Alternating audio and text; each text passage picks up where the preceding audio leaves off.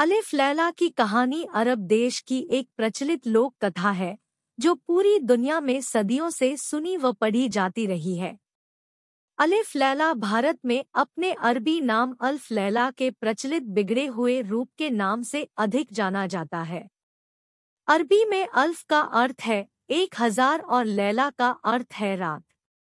यह 1000 कहानियों का एक खूबसूरत गुलदस्ता है जिसमें प्रत्येक कहानियां एक फूल की तरह है।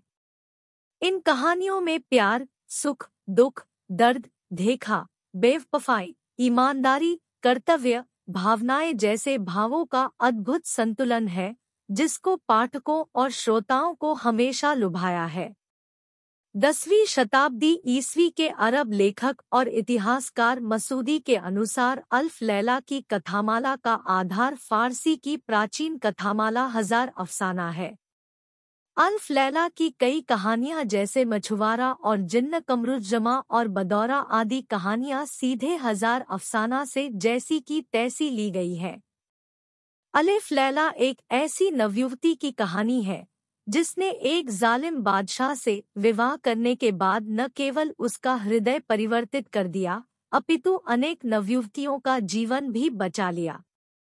इस कथा के अनुसार बादशाह शहरयार अपनी मलिका की बेवफाई से दुखी होकर उसका और उसकी सभी दासियों का कत्ल कर देता है और प्रतिज्ञा करता है कि रोजाना एक स्त्री के साथ विवाह करूंगा और अगली सुबह उसे कत्ल कर दूंगा।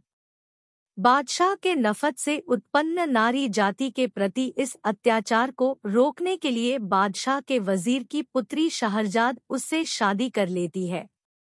वह किस्से कहानी सुनने के शौकीन बादशाह को विविध प्रकार की कहानियां सुनाती है जो 1000 रातों में पूरी होती है। कहानी पूरी सुनने की लालसा में बादशाह अपनी दुल्हन का कत्ल नहीं कर पाता और उसे अपनी बेगम से प्यार हो जाता है।